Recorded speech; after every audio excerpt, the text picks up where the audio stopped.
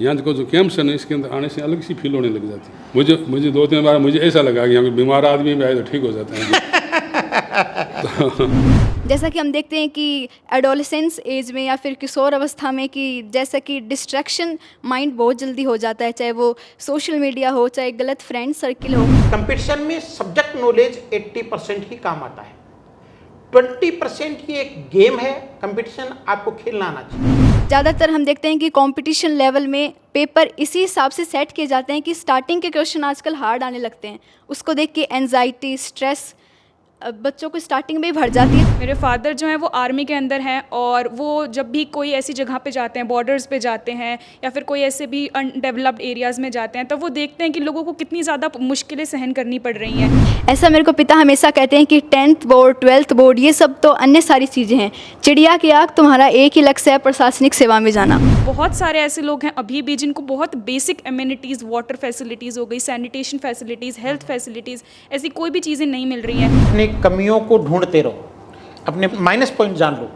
कहते भी हैं कि अपना माइनस पॉइंट जान लेना ही जिंदगी का सबसे बड़ा प्लस पॉइंट है। मैं तो ये मानती हूँ कि स्कूल में फुल मार्क्स आने ही नहीं चाहिए, लेकिन जब स्कूल में हमारे कम मार्क्स आते हैं तो हम फोकस कर पाते हैं कि कौन कौन से एरिया हमारे वीक हैं। पानी अगर सीमाओं में बंद करके अनुशासित होकर के बहेगा वो नदी है। बाढ़ क्या है? पानी अगर सीमाएं तोड़ करके अनुशासन विहीन होकर के बहेगा तो वो बाढ़ है। नमस्कार, प्रिंस एजुकेशन अब सीकर से मैं ओंकार मोट। ऐसा कहते हैं कि बेटियां हैं तो घर की दीवारें बोलती हैं, बेटियां घर की पुरानी खिड़कियां खोलती हैं। हमारे बीच 2 ऐसी होनहार बेटियां हैं। तीसरी बेटी के नाना जी यहाँ मौजूद हैं। इन तीनों बेटियों ने न केवल घर की पुरानी खिड़कियों को खोला है, बल्कि अपने लिए दिल्ली विश्वविद्यालय के दरवाजे को भी खोला है। सीयूईटी जैसी प्रतिष्ठित एग्जाम जो पिछले 3-4 साल से जब से अस्तित्व में आई है 2020 के बाद से, उसके बाद बच्चों का टॉप सेंट्रल यूनिवर्सिटीज़ में कदम रखने का एक बहुत बड़ा माध्यम बन चुकी है। आप प्रियंका हैं। सीयूईटी का आपका स्कोर 794, 794 नंबर आउट ऑफ 800 है। अपने आप में बहुत बड़ी बात है। और इसका ड्रीम कॉलेज है मिरांडा हाउस, दिल्ली। आप वहाँ तक यूँ कहना चाहिए कि पहुँच चुकी हैं। आपके पास ही नियति नेहरा बेटी हैं। आपका स्कोर भी संयोग देखिए 794 अंक ही है आउट ऑफ 800। आपका dream college ladies Shri Ram college Delhi विश्वविद्यालय है। आप वहाँ यूँ कहें कि पहुँच चुकी हैं। और आपके पास में ही बेटी सरिता प्रजापत हैं, उनका स्कोर भी 794 नंबर ही है। यानी 794 के मैजिकल फिगर पर एक नहीं, 2 नहीं, 3 प्रिंस परिवार की बेटियां हैं। आप सरिता प्रजापत के नाना जी है। बेटी वेस्ट बंगाल की रहने वाली है। दूरी का मामला था इसलिए नाना जी आए हैं। इन तीनों बेटियों के सीयूईटी के इस बड़े रिजल्ट के अलावा भी बड़े अचीवमेंट्स हैं। बेटी प्रियंका भोड़की झुंझुनू की रहने वाली हैं। शरण कुमार जी आपके पिताश्री हैं। आपने 12th बोर्ड में 98.60 का बड़ा स्कोर खड़ा किया था। STSC state talent search examination में आप राजस्थान टॉपर थी और सीयूईटी का स्कोर आपका 794 मार्क्स है। बेटी नियति का बोर्ड का स्कोर 97.80% है। STSC में आपकी 19 रैंक थी और सीयूईटी का स्कोर आपका 794 है। बेटी सरिता का बोर्ड का स्कोर 99% है। STSC में फर्स्ट रैंक आपकी थी, आप स्टेट टॉपर थी और सीयूईटी का स्कोर 794 नंबर है। बेटी सरिता इस इंटरव्यू में नहीं है। आपके नाना जी भोलाराम जी बड़ी मुस्तैद मुद्रा में, जिस तरह से पहले पुलिस में एक्टिव और अलर्ट थे, वैसे ही बैठे हुए हैं। तो आइए इन बेटियों से जानते हैं कि आखिर वो कौन सी खास बात थी जिसकी वजह से ये इतना बड़ा मुकाम हासिल कर पाई। कहते हैं कि देश के विश्वविद्यालय वो जगह हैं जहाँ भविष्य का ब्रेन शेप लेता है, जहाँ भविष्य की आइडियोलॉजी तैयार होती है, जहाँ भविष्य के ब्यूरोक्रेट्स, लीडर्स, बिजनेसमैन, थिंकर्स तैयार होते हैं। तो सबसे पहले प्रियंका तक पहुँचना चाहूँगा। प्रियंका, सबसे पहले तो आपको बहुत बहुत बधाई थैंक यू इस सर। बड़े अचीवमेंट के लिए। जब आदमी सक्सेसफुल हो जाता है तो उसके बाद में हर कोई उस जैसा बनना चाहता है। आज बेटियां, कोई प्रियंका बनना चाहती है, कोई नियति बनना चाहती है, कोई सरिता बनना चाहती है। हिटलर एक बात कहा करता था कि मैं हर जंग 2 बार जीतता हूं, पहले दिमाग में और उसके बाद में युद्ध के मैदान में। और वो एक भी जंग जो पहले मैंने मेरे दिमाग में जीत ली है वो मैंने मैदान में नहीं हारी है। तो आपने सीयूईटी की इस जंग को किस रूप में जीता? So first of all, I would like to say that this is very important aspect that whenever we are thinking about anything that we are determined to do it, we always do it. Okay. So according to me, when I started preparation for CUET, I came to my regular classes. Prince Ejuhab gave us regular classes for CUET. So when I came there, every class I took it very seriously. मुझे पता था कि मेरे को आगे क्या गोल है, मुझे कौन सी कॉलेज में जाना है। कट ऑफ्स बहुत हाई रहती हैं क्योंकि हर कॉलेज के लिए सेंट्रल यूनिवर्सिटी है, इसलिए मुझे पहले से ही पता था कि अगर मैं 780 प्लस स्कोर करूँगी तब जाके मुझे मेरी ड्रीम कॉलेज मिलेगी। तो मैंने पहले ही डिसाइड कर लिया कि अगर मैं अभी से तैयारी करना शुरू करूँगी, अगर कंसिस्टेंसी रहेगी, तभी जाके जो स्कोर है वो एक जो डिज़ायर्ड स्कोर है मेरा वो मुझे अचीव हो पाएगा। इसलिए मैंने जब से स्टार्टिंग से ही, मतलब 2 महीने 1.5 महीने का हमें टाइम मिला है, स्टार्टिंग से मैंने हमेशा ज़्यादा देर नहीं पढ़ाई की, लेकिन 2-3 घंटे हमेशा जो है कंसिस्टेंसी के साथ पढ़ाई की है। जितना भी मैं कर पा रही हूँ, ज़्यादा पुश नहीं किया खुद को, क्योंकि उससे बहुत ज़्यादा स्ट्रेस डेवलप होने लग जाता है किसी भी चीज़ के लिए। तो मैंने डिसाइड कर लिया था कि हमेशा थोड़ा थोड़ा पढ़ना है, जितना हो पा रहा है उतना पढ़ना है, और उसके बेसिस पे आज इतना स्कोर अचीव किया है मैंने। नियति, आप क्या कहना चाहेंगे? सबसे पहले मैं अपनी सीयूटी के मार्क्स का श्रेय अपने माता पिता, अपने गुरुजनों को देना चाहूँगी, क्योंकि उन्हीं की वजह से ये सब कुछ मुमकिन हो पाया है। और मैं अगर मेरी पर्सनली बात करूँ तो मेरे लिए सेल्फ़ कॉन्फिडेंस और सेल्फ़ डिसिप्लिन, ये 2 चीज़ें बहुत ही मतलब मेरी मदद करने में बहुत ही इनका हाथ रहा है। जैसे कि सेल्फ़ डिसिप्लिन जो आज के टाइम पे बहुत बहुत ज़्यादा ज़रूरतमंद है। जैसा कि हम देखते हैं कि एडोलेसेंस एज में या फिर किशोर अवस्था में कि जैसा कि डिस्ट्रैक्शन माइंड बहुत जल्दी हो जाता है, चाहे वो सोशल मीडिया हो, चाहे गलत फ्रेंड सर्किल हो। तो इस एज में अपने आप को सेल्फ़ डिसिप्लिन में रखना एक बहुत बड़ी बात है, जो कि हमें प्रिंस परिवार ने बहुत ही अच्छे से समझाया है कि सेल्फ़ डिसिप्लिन क्या है। तो मैं कहना चाहूँगी कि सेल्फ़ डिसिप्लिन की धरोहर तो हमारी प्रिंस ही है। और दूसरा सेल्फ़ कॉन्फिडेंट, एक तो होता है कॉन्फिडेंस, एक ओवर कॉन्फिडेंस, इन दोनों में थोड़ा सा माइनर सा डिफरेंस है। तो मैं कहना चाहूँगी कि अपने आप में कॉन्फिडेंस रखिए, लेकिन ओवर कॉन्फिडेंस मत रखिए, क्योंकि कॉन्फिडेंस आपको कोई भी कंपटीशन एग्ज़ाम है या फिर अपनी कोई भी फ़ाइट है उसको लड़ने में आपको मदद करेगा। लेकिन कई बार ओवर कॉन्फिडेंस आपके लिए हानिकारक भी हो जाता है, जैसे मेरे साथ हुआ। एक क्वेश्चन मैंने और कॉन्फिडेंस में गलत कर दिया, तो पूरे पेपर को देख के और कॉन्फिडेंस में मत आइए। होशो आवाज़ में पेपर को पहले अच्छे से रीड करिए, फिर उसमें कुछ अपना जो करना है वो करिए, और पेशेंस के साथ पेपर को डील करें, ज़्यादा हड़बड़ाहट ना मचाएं। जैसे कि ज्योग्राफी के पेपर में मेरे साथ हुआ था कि जैसे कि सर सीयूटी में हमारे 50 क्वेश्चंस होते हैं, उसमें हमें 40 अटैम्प्ट करने होते हैं, 10 क्वेश्चन छोड़ने होते हैं।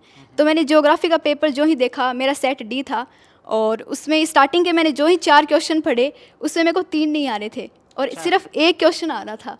लेकिन धीरे धीरे मैंने ऐसे कॉन्फिडेंस बनाया कि कोई नहीं, अभी ऐसे सोचेंगे तो ये 45 मिनट्स है, टाइम भी हो जाएगा और अपना पेपर मतलब फिर तो सीयूटी हो गया, फिर तो ड्रीम कॉलेज क्या ही मिलनी।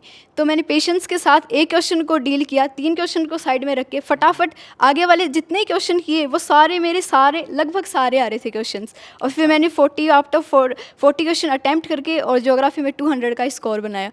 तो मतलब पेपर में पेशेंस एक बहुत बड़ी चीज़ है। ज़्यादातर हम देखते हैं कि कंपटीशन लेवल में पेपर इसी हिसाब से सेट किए जाते हैं कि स्टार्टिंग के क्वेश्चन आजकल हार्ड आने लगते हैं, उसको देख के एंजाइटी, स्ट्रेस बच्चों को स्टार्टिंग में ही भर जाती है, तो वो आगे बढ़ ही नहीं पाते। उसी को देख के वो अपना टाइम भी वेस्ट कर देते हैं और कॉन्फिडेंस भी लो कर देते हैं। तो इस लड़ाई में सबसे ज़्यादा इंपॉर्टेंट है कॉन्फिडेंस और पेशेंस। कॉन्फिडेंस के साथ, पेशेंस के साथ अपना पेपर डील करें और देखें कि जैसे जैसे आगे क्वेश्चंस करते जा रहे हैं हमें आते जा रहे हैं, और एंजाइटी को मैनेज करें। और इसमें सर एक ये सबसे अच्छा एक वो भी है कि जैसे कि हम देखते हैं कि जैसे एग्ज़ाम के टाइम पे हम हेल्थ को थोड़ा नेगलेक्ट कर देते हैं, तो अच्छा खाना खाएं, अच्छा सात्विक भोजन खाएं और अपने माइंड को फ्रेश रखें, कभी भी डिप्रेशन में ना जाएं, मोटिवेट रहें और कॉन्फिडेंस बनाए रखें। अच्छी बात कही है कि स्टार्टिंग के 2-3-4 क्वेश्चंस आपको नहीं आ रहे हैं, इसका मतलब ये नहीं है कि आप अपने ड्रीम डेस्टिनेशन तक नहीं पहुंच पाएंगे। मैं अक्सर बच्चों से कहता हूं कि चाहे कंपटीशन कोई सा भी हो, कंपटीशन में सब्जेक्ट नॉलेज 80% ही काम आता है। 20% ये एक गेम है, कंपटीशन आपको खेलना आना चाहिए। ये एक आर्ट है, ये आपको आनी चाहिए। इसमें आपका confidence, exam hall, stress management, paper deal करने का तरीका, ये सारी की सारी चीज़ें अपनी जगह बहुत महत्वपूर्ण हैं। तो अब मैं आप दोनों तक वापस पहुंचना चाहूँगा। प्रियंका का ड्रीम कॉलेज कौन सा है एंड आफ्टर कॉलेज क्या करना चाह रहे हैं? So my dream college is Miranda House. It is the top college for women, and I always wanted to go in this college. Whenever I saw videos, photos, or anything on social media about this, it always excited something in me that I have to get this at any cost, and that is what I have been able to achieve today. After college, I want to join civil services, and this is another of my dream after DU. I would say DU is the first step for becoming IAS officer, I would believe. So अभी जो है college के बाद में I would prepare for UPSC, and through which I would be able to get my dream job. और civil services जो है, ये जॉब चूज़ करने का जो मोटिवेशन मुझे मिला है वो मेरे फादर से मिला है। मेरे फादर जो हैं वो आर्मी के अंदर हैं, और वो जब भी कोई ऐसी जगह पे जाते हैं, बॉर्डर्स पे जाते हैं या फिर कोई ऐसे भी अनडेवलप्ड एरियाज़ में जाते हैं, तो वो देखते हैं कि लोगों को कितनी ज़्यादा मुश्किलें सहन करनी पड़ रही हैं। बहुत सारे ऐसे लोग हैं, हम जिस चीज़ के लिए आज ऐसे सोचते हैं, जिस चीज़ को फॉर ग्रांटेड ले रहे हैं कि ये तो सभी को मिल जाती है, बहुत सारे ऐसे लोग हैं अभी भी जिनको बहुत बेसिक एमिनिटीज़, वाटर फैसिलिटीज़ हो गई, सैनिटेशन फैसिलिटीज़, हेल्थ फैसिलिटीज़, ऐसी कोई भी चीज़ें नहीं मिल रही हैं।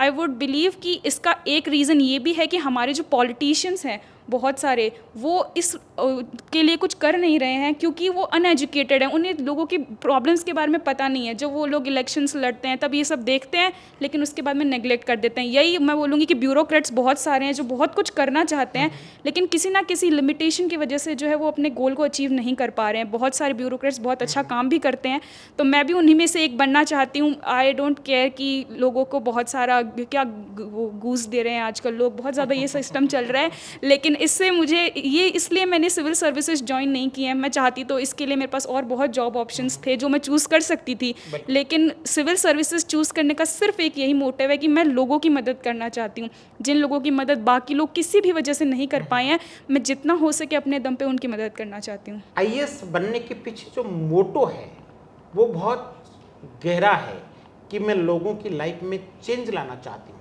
और इस तरह के पॉजिटिव मोटो के साथ कोई आदमी शुरुआत करता है तो ईश्वर भी उसकी मदद करता है। मैं नियति तक पहुंचना चाहूँगा। नियति, सेम क्वेश्चन आपसे रहेगा। नियति का ड्रीम कॉलेज और आफ्टर कॉलेज क्या करना चाहेंगे? सर, मेरा dream college lady Shri Ram है। सर, लेडी श्री राम में जैसे कि हमें पता है कि टॉप मोस्ट कॉलेज है दिल्ली यूनिवर्सिटी की, और उससे बहुत अच्छी एलुमनाई भी रही हैं जो भारत के उच्च पद पर पहुंचकर देश के लिए बहुत कुछ कर रही हैं। जैसे हमारी फाइनेंस मिनिस्टर, जैसा आपने बताया कि वो भी लेडी श्री राम की एलुमनाई हैं। Yes sir. और जैसे कि टीना डाबी, रिया डाबी, डाबी सिस्टर्स हैं, उन्होंने भी एक UPSC के इतिहास में अलग ही छाप छोड़ी है, तो वो भी लेडी श्री राम से ही पास आउट हैं। तो लेडी श्री राम में जाने का मेरा सपना है, और आगे जाके मैं प्रशासनिक सेवा में जाके समाज सेवा करना चाहती हूँ। और ये मेरा जो मतलब ड्रीम है, वो मेरे फूफा जी हैं, श्री राजपाल जी बगड़िया, वो भी ADM की पोस्ट पर हैं।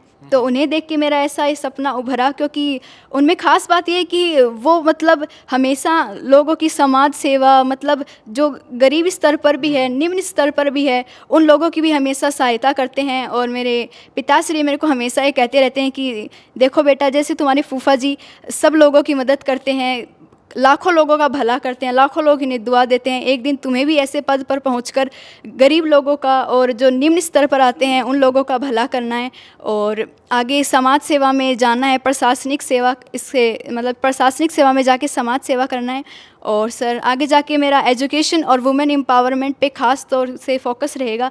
जैसा कि हम आज भी देखते हैं कि हमारे भारत में जो गर्ल चाइल्ड रेशियो है वो बहुत ही ज़्यादा कम है। आज भी मतलब बेटियों को इतनी अच्छी अपॉर्चुनिटी नहीं दी जाती हैं। आज भी कन्या भ्रूण हत्या, देश के बहुत से गाँवों में, पिछड़े इलाकों में बहुत सी कन्या भ्रूण हत्याएँ रोज़ होती रहती हैं, और जो लिटरेसी रेट है फीमेल्स का वो भी बहुत ही नीचे है। तो मेरा इस पर ख़ास फोकस रहेगा कि कैसे महिलाओं को ऊपर उठा उठाया जाए और उन्हें भी बराबर लाया जाए। जैसे कि लोकसभा में 1/3 सीट रिजर्व्ड कर दी गई हैं वुमेंस के लिए।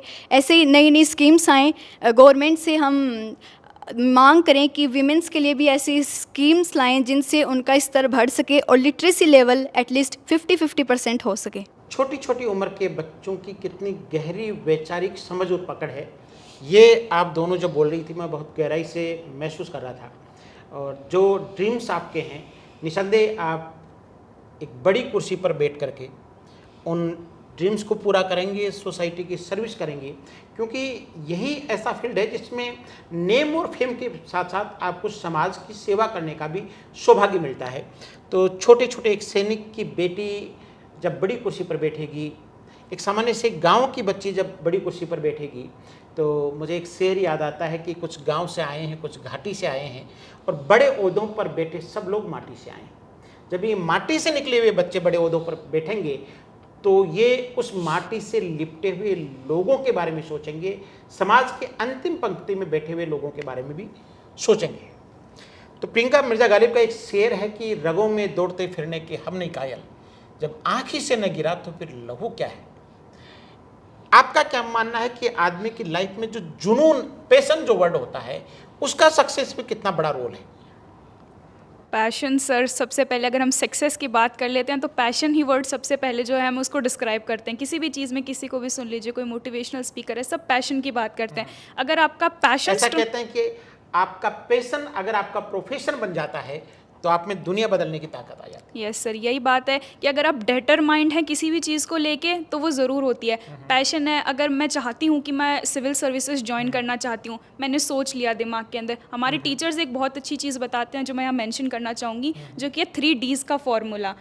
इसके अंदर सबसे पहले आता है डिसाइड। हमें सबसे पहले डिसाइड करना है कि हम क्या करना चाहते हैं लाइफ के अंदर। बहुत सारे लोगों के अलग अलग ड्रीम्स होते हैं, कोई अलग रीजंस होते हैं हर चीज़ को अचीव करने के लिए। तो सबसे पहले डिसाइड करना है कि हम करना क्या चाहते हैं लाइफ में। दूसरा चीज़ होता है डिटरमाइन, कि हमें देखना है कि क्या पाथ हमें चूज़ करना है उस चीज़ को करने के लिए। बहुत सारे लोग गलत रास्तों पे जाते हैं, लेकिन हमें एक सही पाथ चूज़ करना है। राइट पाथ अगर हम चूज़ कर रहे हैं, विल डेफिनेटली गेट सक्सेस। और तीसरा हो जाएगा डिटर्मिनेशन। डिटर्मिनेशन अगर नहीं है तो चाहे डिसाइड कर लीजिए, चाहे ड्रीम कर लीजिए, कुछ फ़र्क नहीं पड़ता है। अगर हम डिटरमाइंड नहीं है, मैं अगर कंसिस्टेंट नहीं हूँ किसी भी चीज़ को लेके, तो अगर मैं सोच रही हूँ कि मुझे ये करना है और कुछ कर नहीं रही हूँ, एक्ट नहीं कर रही हूँ, अगर सिर्फ थिंक कर रही हूँ, तो उस चीज़ का कोई फ़र्क नहीं पड़ने वाला है। तो मैं कहूँगी डिटर्मिनेशन। तो अगर आप जो भी काम कर रहे हैं, क्या पता आपको आज अचीवमेंट नहीं मिल रही है, कल अचीवमेंट नहीं मिल रही है, लेकिन एक ना एक दिन ज़रूर अचीवमेंट मिलती है। ये चीज़ मैंने जैसे स्टार्टिंग में, मैं बोलूँगी 12th क्लास के अंदर यही चीज़ हुआ कि स्टार्टिंग में जैसे मैं प्री बोर्ड्स दे रही थी, मेरे काफ़ी लो स्कोर रहा, बहुत ज़्यादा स्कोर नहीं आया। तो एक बार मेरा कॉन्फिडेंस लो हो गया कि सब बच्चों के बहुत अच्छे अच्छे मार्क्स आते हैं, मेरे मार्क्स नहीं आते। घर पे जाके मैं रोने लग जाती थी मम्मी के सामने कि मम्मी मैं इतना पढ़ती हूँ, मेरे क्यों नहीं मार्क्स आ रहे हैं। तो फिर मम्मी कहती थी कि बेटा आज नहीं आ रहे, कल आ जाएंगे, बोर्ड के लिए तैयारी करो, प्री बोर्ड के लिए नहीं। अभी प्री बोर्ड एक टेस्ट ले रहे हैं आप, उसके बाद में जो एक्चुअल एग्ज़ाम है उस पर फोकस करना है। और इसी की वजह से फिर लास्ट में जाके बोर्ड में तो मैं कहूँगी कि ऑल इंडिया रैंक नहीं अचीव कर पाई, लेकिन फिर ST SC और CUET के अंदर जो है मैंने रैंक्स हासिल की हैं। तो मैं कहूँगी अगर डिटर्मिनेशन है तो एक दिन आपको अचीवमेंट ज़रूर मिलती है। बहुत बढ़िया। तो नियति, सवाल सेम रहेगा। सर आपने सही कहा है कि हारा वही है जो लड़ा नहीं है। तो मतलब पेशेंस तो बहुत ज़्यादा ज़रूरी है। जैसे कि हमारे चेयरमैन सर पीयूष संडा सर भी बहुत बार अपनी स्पीच में कहते हैं कि अगर आप अपना ड्रीम 100% का बनाओगे तो 100% नहीं, लेकिन 99% तक तो पहुंच ही जाओगे। तो मेरा भी यही मानना है कि हमेशा सपना बड़ा ही रखना चाहिए। आप उसको पाओ या ना पाओ ये आपकी बाद की बात है, लेकिन अपना कॉन्फिडेंस हमेशा हाई रखना चाहिए। और जैसे कि सर जो सृष्टि जयंत देशमुख है, वो भी सिविल सर्वेंट हैं, वो भी अपनी स्पीच में ये बात हर बार बोलती हैं कि कोई भी कंपटीशन एग्ज़ाम हो, चाहे UPSC हो, चाहे एनी अदर कंपटीशन एग्ज़ाम हो, 60% लड़ाई तो सेल्फ कॉन्फिडेंस की होती है। अगर आप में सेल्फ कॉन्फिडेंस है तो मान लीजिए आपने 60% कोई भी एग्ज़ाम क्रैक कर लिया, अब बाकी 40% वो आपके हार्ड वर्क, कंसिस्टेंसी, डिसिप्लिन और इन सब चीज़ों पर डिपेंड करता है। सपने बड़े देखो। देश के पूर्व राष्ट्रपति मिसाइल मैन अब्दुल कलाम साहब कहा करते थे कि छोटे सपने देखना अपराध है। एक विद्वान ने यह भी कहा है कि भविष्य उनका है जो अपने सपनों की खूबसूरती में यकीन करते हैं। आप दोनों का अपने ड्रीम्स में गहरा विश्वास है। और जैसा कि बेटी प्रियंका ने पहले कहा, इन दोनों बच्चियों की जब बात आपने गहराई से सुनी होगी तो इन आपका वहाँ तक पहुँचने के पीछे जो रीज़न है, वाई जो है कि क्यों सिविल सर्वेंट बनना है, क्यों आईएएस बनना है, वो बहुत गहरा है। और बेटा ऐसा कहते हैं कि दुनिया में सब लोगों के पास क्या करना है, व्हाट की प्लानिंग है, कैसे करना है, हाउ की प्लानिंग भी है। क्या करना है और कैसे करना है, इन दो सवालों के जवाब दुनिया में सब लोगों के पास है, लेकिन क्यों करना है इसका जवाब बहुत कम लोगों के पास है। आपका सिविल सर्वेंट क्यों बनना है, आईएएस क्यों बनना है, वो मोटो बहुत प्योर है, इसलिए ईश्वर से दुआ रहेगी कि आप उस मुकाम तक पहुँचें। अब दोनों थोड़ा थोड़ा अपने फैमिली बैकग्राउंड के बारे में बताएं, अपने मम्मी पापा के बारे में बताएं, वो क्या करते हैं, क्योंकि ये मैं इसलिए जानना चाह रहा हूँ कि बिल्कुल सामान्य से परिवारों से निकले हुए बच्चे बड़े सपने देख करके, एक अच्छे मेंटर की अंगुली पकड़ करके, एक अच्छी संस्थान में प्रवेश लेकर के बड़े उन सपनों को साकार कर रहे हैं। Priyanka. Yes, so my father's name is Sarvan Kumar and he is currently in army posted in Kupwara district of Jammu and Kashmir. And my mother's name is Sunita Devi, she is a housemaker. और अभी जैसे कि पता है army में रहते हैं तो बस 2-3 महीने की छुट्टी मिलती है, तो इसकी वजह से जो है पापा से इतना ज़्यादा मोटिवेशन वगैरह जो है वो हमेशा कॉल्स पे ही मिला है। कभी सामने बैठ के जब भी आते हैं तो उस टाइम तो हम पढ़ाई वढ़ाई सब छोड़ देते हैं, क्योंकि पापा हैं, इस चीज़ की बहुत एक्साइटमेंट रहती है, खुशी रहती है इसकी वजह से। तो सब बोलूँगी कि अगर हमेशा जो किसी ने देखा है, जिसने हमें गाइड किया है, वो मम्मी ही है। पापा ने अपनी तरफ से जो भी हो सका ज़रूर किया है, लेकिन अगर मम्मी ने है वो हमेशा, मैं सुबह जब जल्दी उठ के पढ़ाई करती थी, इसीलिए आपने मम्मी को हाउस मेकर कहा, हाउस वाइफ नहीं कहा। यस सर, हाउस, वो घर को बनाने वाली। यस सर, हाउस वाइफ जो है ये एक बहुत ही ज़्यादा मैं बोलूँगी डेरोगेटरी टर्म हो जाता है। House maker is the perfect term to describe anyone. तो इसीलिए तो मैं जब सुबह उठती थी तो मम्मा को मैं जगाने की कोशिश, मैं सोचती थी कि मैं खुद ही अलार्म लगा के जाग जाती हूँ, मम्मी हमेशा काम करती रहती है, मैं क्यों उनको जगाऊँ, सुबह सुबह पढ़ लेती हूँ। लेकिन मम्मी जो है उनको पता चल जाता था सुबह उठ के 4 बजे, सर्दियों के अंदर भी, गर्मी में भी, कभी भी टाइम मिलता था जब भी, और मम्मी के साथ बैठ के जो टाइम स्पेंड करती थी उसके साथ बहुत खुशी मिलती थी। ऐसे सारा स्ट्रेस जो है जाके बता देती थी कि ये स्कूल में आज ये हुआ। सबसे पहले जाके मेरा हमेशा का यही रूटीन रहा है। यूनिफॉर्म भी बाद में चेंज करती थी, पहले जाके सब कुछ बताती थी कि मम्मा आज ये हुआ है स्कूल के अंदर। तो इसलिए मैं बोलूँगी कि वो मेरी मदर से ज़्यादा मेरी फ्रेंड है और हमेशा सपोर्ट किया है बहुत ज़्यादा। पापा का भी कहूँगी कि पापा ने मुझे आज तक कभी किसी चीज़ के लिए मना नहीं किया। बहुत सारे हम देखते हैं कि पिता मना नहीं करता है, और बेटियों को तो मना करने का मतलब ही नहीं है, सवाल ही नहीं है। बिल्कुल, मेरा भाई है छोटा, वो कई बार पापा को बोलता भी है कि आप इसकी बातें ज़्यादा मानते हो, मेरी बात कोई नहीं सुनता है घर के अंदर। तो इसलिए मैं बोलूँगी कि पापा ने कभी ना तो मेरे भाई को किसी चीज़ के लिए मना किया, ना हमने जहाँ जहाँ बोला हमें वहाँ वहाँ पढ़ाया है। तो मैं बोलूँगी कि मम्मी पापा का सपोर्ट है वो बहुत ज़्यादा इंपॉर्टेंट है। कई बार डांट देते हैं, कभी कभी गुस्सा भी आता है कि ऐसे क्यों कह रहे हैं, मैं इतनी पढ़ाई तो करती हूँ, कुछ कहते क्यों है मुझे। लेकिन मैं कहूँगी कि अगर डांट नहीं रहे हैं तो मान लीजिए कि हमारा सक्सेस जो है वो उसके चांसेस लो होते जा रहे हैं धीरे धीरे। जब पेरेंट्स आपको डांटना बंद कर देते हैं उस टाइम समझ लीजिए कि मतलब वो आपसे या फिर तो उम्मीद छोड़ते जा रहे हैं धीरे धीरे कि ये कुछ कर नहीं सकते। क्योंकि डांटना तो मैं बोलूँगी बहुत इंपॉर्टेंट है। उस टाइम तो रियलाइज़ नहीं होता है, बाद में धीरे धीरे होता है कि अगर उस दिन मम्मी की इतनी सी बात और मान ली होती तो आज शायद ये हो जाता ऐसे करके।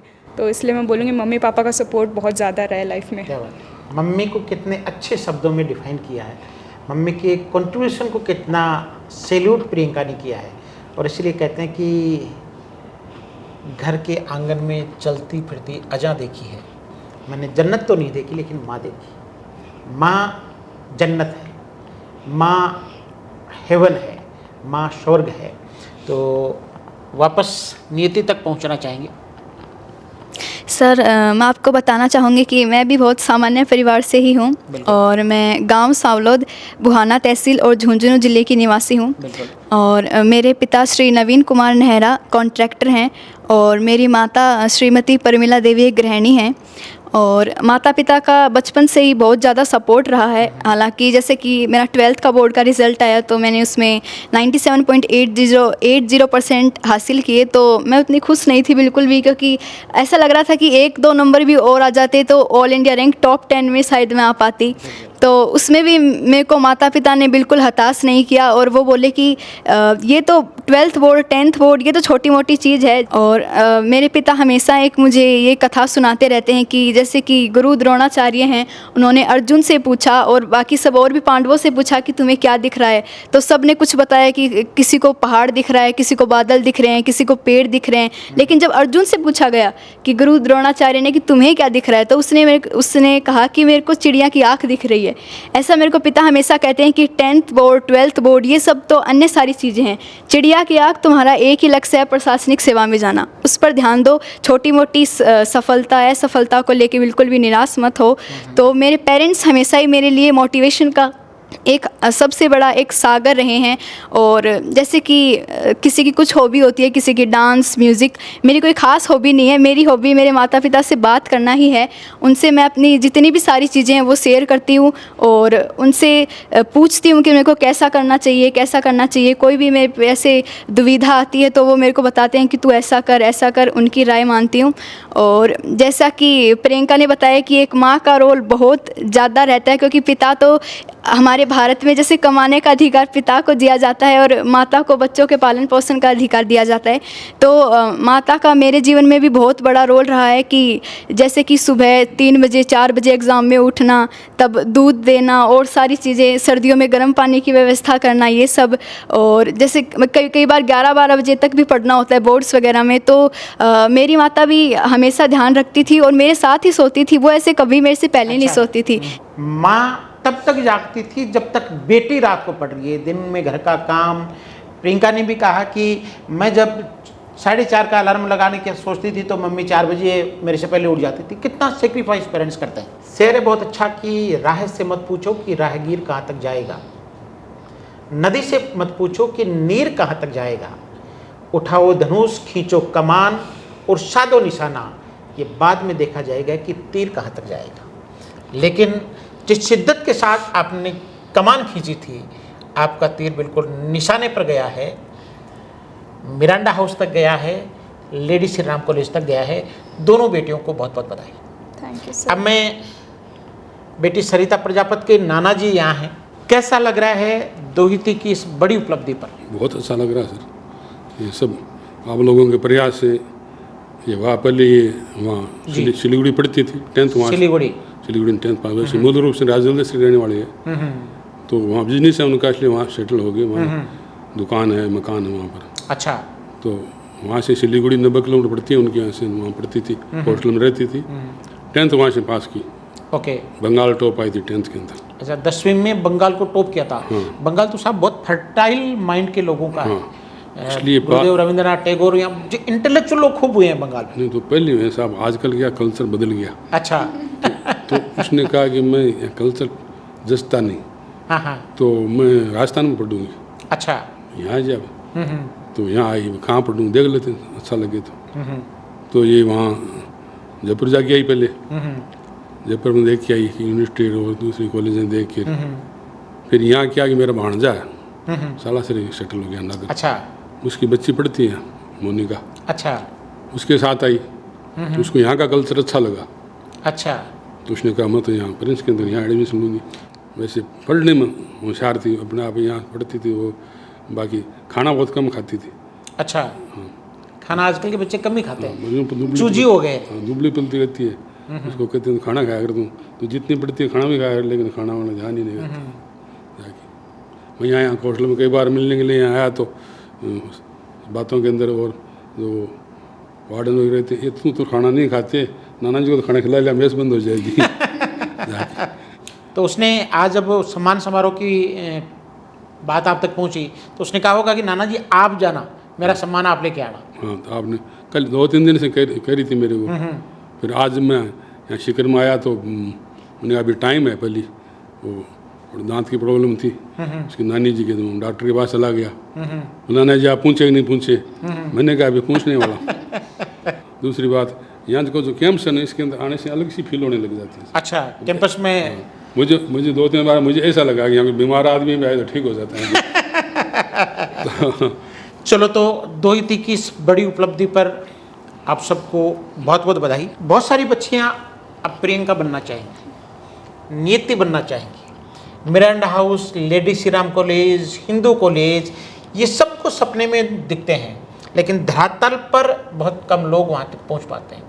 तो प्रियंका बनना है, नियति बनना है, मिरांडा हाउस जाना है, लेडी श्री राम कॉलेज जाना है, तो उन बच्चों के लिए 3-4 वो टिप्स जो आप देना चाहेंगे। सबसे पहले तो मैं ये कहूँगी कि मुझे कॉपी करना ज़रूरी नहीं है कि अगर मैं जो बोल रही हूँ वो टिप्स फॉलो करेंगे तो आप उस स्टेज तक पहुँच पाएंगे। सबकी पर्सनैलिटी अलग होती है, सबका माइंडसेट अलग होता है, हम्बल होना।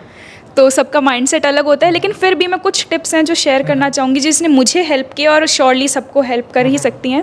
तो सबसे पहले जैसे कि मैंने बहुत बार मेंशन कर दिया है, कंसिस्टेंसी। स्टार्टिंग से पढ़ना ज़रूरी है। अगर आप सोच रहे हो कि बोर्ड से या फिर किसी भी एग्ज़ाम से 10 दिन 12 दिन पहले मैं सोच रही हूँ कि मैं 6-6 12-12 घंटे पढ़ के सारा सिलेबस ख़त्म कर दूँगी और जाके फिर बोर्ड्स में अच्छे मार्क्स ले आऊँगी, तो ये तो पॉसिबल नहीं है। अगर हम 1 घंटे भी रोज़ पढ़ रहे हैं, जो टीचर्स पढ़ा रहे हैं, जाके रिपीट कर रहे हैं, तो वो अगर कर रहे हैं रोज़ तो उससे मार्क्स बहुत अच्छे आएंगे। दूसरी चीज़ बताऊंगी, रिवीजन जो है बहुत इंपॉर्टेंट है। हमेशा एक टाइम लेके कि एक चैप्टर जब कंप्लीट हो गया तो उसको रिवाइज करना, 2 चैप्टर कंप्लीट हो गए, एक बुक कंप्लीट हो गई है, एक सेक्शन कंप्लीट हो गया है, इसके लिए ज़्यादा मेहनत करने की ज़रूरत नहीं है क्योंकि प्रिंस में हमेशा टेस्ट रेगुलर होते ही रहते हैं, तो वो रिवीजन अपने आप ही चलता रहता है। उसके बाद में बोलूँगी स्ट्रेस फ्री माइंड, और एक बहुत ही अच्छे जो मैं एक्सरसाइज कर रहे हैं, या फिर रमाकांत सर की जैसे अभी आपने बात की, हम लोग जब भी मीटिंग टॉपर्स मीट होती थी तो सर हमें 2-4 योगा एक्सरसाइज बताते थे, ब्रीथिंग एक्सरसाइज बोलते थे कि ये करो और मेडिटेशन करो थोड़ी देर, बहुत हेल्प करेगा, और एक्चुअली बहुत हेल्प करता है।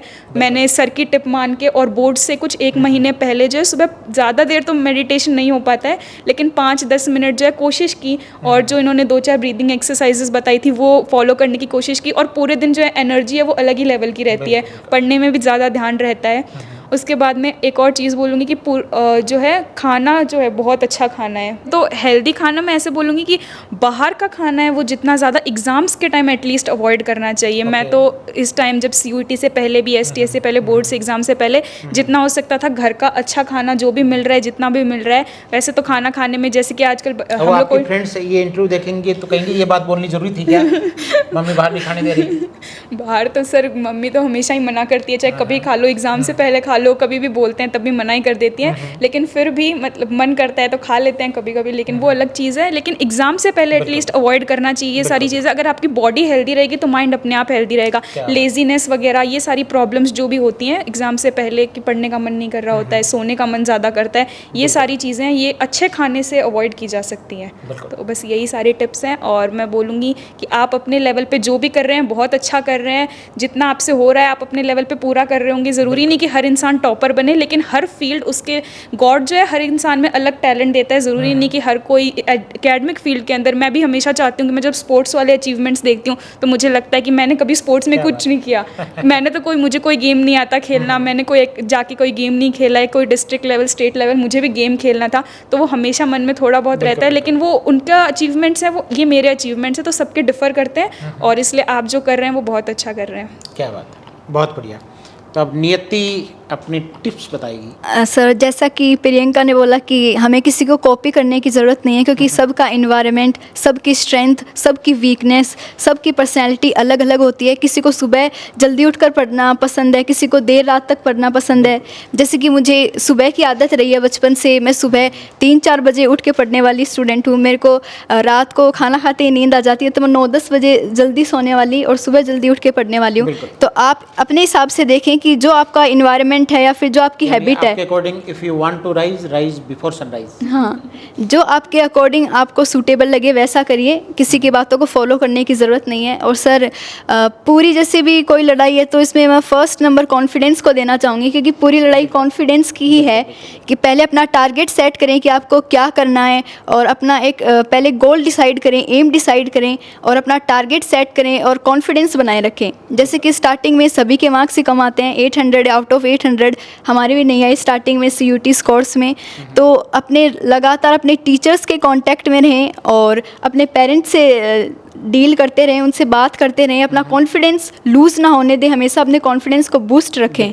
और सेकंड सर, सेल्फ डिसिप्लिन। जैसा कि स्टूडेंट लाइफ में डिसिप्लिन का एक बहुत बड़ा रोल है, तो सेल्फ डिसिप्लिन, मैं पर्सनली भी सेल्फ डिसिप्लिन में रही, तो मैं मानती हूँ कि सेल्फ डिसिप्लिन स्टडी में आपको डिस्ट्रैक्ट नहीं होने दे। कॉन्फिडेंस और सेल्फ डिसिप्लिन, ये 2 वर्ड नियति बार बार प्रोनाउंसिएट कर रही है। आत्मविश्वास और आत्मानुशासन, बिल्कुल। क्योंकि सर जैसे कि आजकल हम देखते हैं कि बच्चे डिसिप्लिन में न रहकर अपनी स्टडी से थोड़ा डिस्ट्रैक्ट हो जाते हैं। तो एक यही कारण है कि बहुत बहुत अच्छे स्कोरर्स बच्चे भी डिस्ट्रैक्ट होके अपने एम से भटक जाते हैं। तो डिसिप्लिन में रहना बहुत ज़्यादा ज़रूरी है, तो सेल्फ डिसिप्लिन को बनाए रखें। और जैसे कि प्रिंस में प्रियंका ने बताया कि रेगुलर टेस्ट वगैरह होते रहते हैं, तो प्रैक्टिस करें, क्योंकि practice makes a person perfect. तो प्रैक्टिस बार बार अपने टेस्ट की करते रहें, उससे आप जज कर पाएंगे कि कितना आपको आ रहा है, कितना आप कवर कर चुके हैं और कितना कवर करना बाकी है।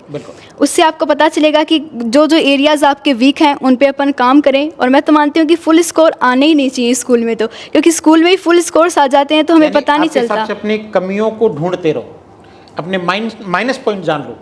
कहते भी हैं कि अपना माइनस पॉइंट जान लेना ही जिंदगी का सबसे बड़ा प्लस पॉइंट है। तो सर मैं तो ये मानती हूँ कि स्कूल में फुल मार्क्स आने ही नहीं चाहिए, लेकिन जब स्कूल में हमारे कम मार्क्स आते हैं तो हम फोकस कर पाते हैं कि कौन कौन से एरिया हमारे वीक हैं, उन पे हम वर्क करते हैं। लेकिन अगर आपको यही बताते हैं, प्रैक्टिस, कहता हूँ कि टेस्टों में नंबर कम आ रहे हैं तो खुश होना चाहिए कि एक मेन एग्जाम से पहले टेस्ट ने आपको अपनी कमी बता दी, इससे अच्छा कुछ नहीं हो सकता। क्योंकि अगर आपके स्कूल में मार्क्स कट रहे हैं तो आपके आगे नहीं घटेंगे। बिल्कुल आगे नहीं घटेंगे। तो ये मतलब इसको नेगेटिव तरीके से नहीं लेके पॉजिटिव तरीके से ले, जो दो एरिया में मार्क्स कर रहे हैं उनमें इम्प्रूवमेंट करें। आप में भी अवसर ढूंढ रहे हो ना टेस्टों में नंबर कम आने को, नंबर कटने को भी पॉजिटिव नजरिए से देख रही है नीति। यस सर, इसको पॉजिटिव तरीके से ही लेना चाहिए। और कॉन्फिडेंस, कंसिस्टेंसी, जैसे प्रियंका ने बताया कि कंसिस्टेंसी तो मैं कहूँगी कि एजुकेशन की फर्स्ट स्टेप है। कंसिस्टेंसी के बिना तो कुछ हो ही नहीं सकता। जैसे कि हम सोचते हैं कि ये हम 10-12 घंटे एक रात पहले पढ़ के कर लेंगे, तो ऐसा कभी नहीं होता।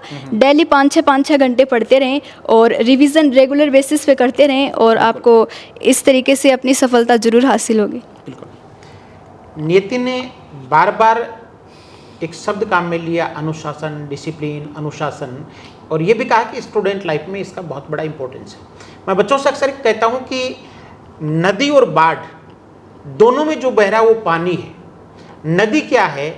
पानी अगर सीमाओं में बंद करके अनुशासित होकर के बहेगा वो नदी है। बाढ़ क्या है? पानी अगर सीमाएं तोड़ करके अनुशासन विहीन होकर के बहेगा तो वो बाढ़ है। सीमाओं में पानी बह रहा है, नदी है, कंस्ट्रक्टिव काम करती है, सिंचाई के काम आती है, बिजली बनाती है, और सीमा विहीन होकर के पानी बहता है वो बाढ़ है, वो तबाही लाती है। इसलिए मैं अक्सर कहता हूँ कि अनुशासित दिमाग का नाम अब्दुल कलाम है और अनुशासनहीन दिमाग का नाम ओसामा बिन लादेन है। हर कोई अब्दुल कलाम बनना चाहता है, ओसामा बिन लादेन कोई नहीं बनना चाहता, न कोई माँ बाप बनाना चाहेंगे। तो ये वो ट्रिक्स थी जो प्रियंका और बेटी नियति ने हमारे साथ शेयर की। अब अंतिम सवाल आपसे रहेगा प्रियंका, आप पेपर तो 800 में से 800 का ही करके आए थे, और थोड़ा बहुत आपके मन में मलाल भी है। वो क्या था कि एक पेन गलत जगह टिक गया और वो प्रियंका के 6 नंबर खा गया, वरना ऑल इंडिया टॉपर प्रियंका होती। क्या था वो? सर हिस्ट्री के अंदर था और मेरा उस दिन लास्ट पेपर थे, 2 पेपर थे, हिस्ट्री और पॉलिटिकल का। पहले शिफ्ट में हिस्ट्री का पेपर था। पेपर बहुत ज़्यादा हार्ड नहीं आए थे, स्कूल में इतनी प्रैक्टिस हो गई थी कि इजी थे। तो मैंने 10 मिनट के अंदर पेपर सॉल्व करके और OMR फिल करना शुरू किया। मैंने फर्स्ट राउंड के सारे क्वेश्चंस फिल कर दिए थे। 50 में से 40 करने होते हैं, तो जितने मुझे आ रहे थे पहले फुल कॉन्फिडेंस था वो सारे फिल किए। मैं सेकंड राउंड के लिए लास्ट से शुरू किए मैंने क्वेश्चंस, और मैं जो 8th क्वेश्चन करने वाली थी उसकी जगह मैंने गलती से सिर्फ एक सर्कल ही किया था वैसे तो, लेकिन 9th क्वेश्चन के अंदर हो गया। वो मुझे पता भी चल गया, लेकिन फिर मैंने सोचा क्या पता कि सही हो जाए, तो मैंने बाकी के सारे 40 क्वेश्चंस कर दिए, लेकिन उसमें वो नहीं हुआ एक्सेप्टेबल और 794 का स्कोर रह गया। लेकिन कोई बात नहीं, बहुत ज़्यादा थैंकफुल हूँ, ग्रेटफुल हूँ कि इतने मार्क्स भी बहुत ज़्यादा होते हैं, सबने बहुत मेहनत की है। और अगर मैं अभी इतने मान लो प्रियंका के 800 में से 800 नंबर आते, ऑल इंडिया टॉपर होती, तो भी ड्रीम कॉलेज तो मिरांडा हाउस ही था। यस सर, तो वहाँ तो पहुँच गया। वहाँ तो पहुँच ही गए, इसीलिए अच्छा लग रहा है। क्योंकि अगर बहुत और किसी सब्जेक्ट में बहुत मार्क्स कटे होते तो उस एक क्वेश्चन के लिए होता कि कट ऑफ से थोड़े पीछे रह गए, लेकिन अभी कट ऑफ से काफ़ी ज़्यादा मार्क्स है, तो इस चीज़ का इतना दुख नहीं है। उस टाइम ज़रूर हुआ था, लेकिन अब ठीक लगता है, अब अच्छा लगता है कि भाई कोई बात नहीं, अभी आगे बहुत सारे चीज़ें करनी है। अभी से अगर हम इसी छोटी सी चीज़ को लेके इतना ज़्यादा स्ट्रेस्ड रहेंगे तो फिर कुछ अचीव करना बहुत मुश्किल हो जाएगा। बिल्कुल, बहुत बढ़िया। तो अब लास्ट में नियति आप तक आना चाहेंगे। मैंने अभी स्टेज पर सुना था कि आप गाते भी अच्छा हो। नहीं सर, तो वो इमोशंस थे आपके अपनी मम्मा के लिए, तो मैं चाहूँगा कि ये इंटरव्यू के माध्यम से भी वो वर्ड्स पहुँचे। मेरी माँ एक मंदिर है और पिता ही पूजा है, एक ये ही भगवन है और कोई ना दूजा है। ये मेरी कहानी है, प्यारी जिंदगानी है, आज हूँ मैं जो कुछ भी, मेहरबानी उनकी है। क्या बात है। मेरी माँ मंदिर है, मेरे पापा मेरे लिए पूजा है। तो ये थी नियति। CUET 2024 के रिजल्ट में प्रिंस की एक बेटी ने 800 में से 800 अंक हासिल करके ऑल इंडिया फर्स्ट रैंक हासिल की, और ये 2 बेटियां यहाँ बैठी हैं, तीसरी बेटी के नाना जी यहाँ बैठे हैं। आप तीनों ने 794 नंबर आउट ऑफ 800 स्कोर करके अपने ड्रीम कॉलेज तक आप पहुँची हैं। तो आपको एक बार फिर से पूरे प्रिंस परिवार की ओर से बहुत बहुत बधाइयाँ, शुभकामनाएं।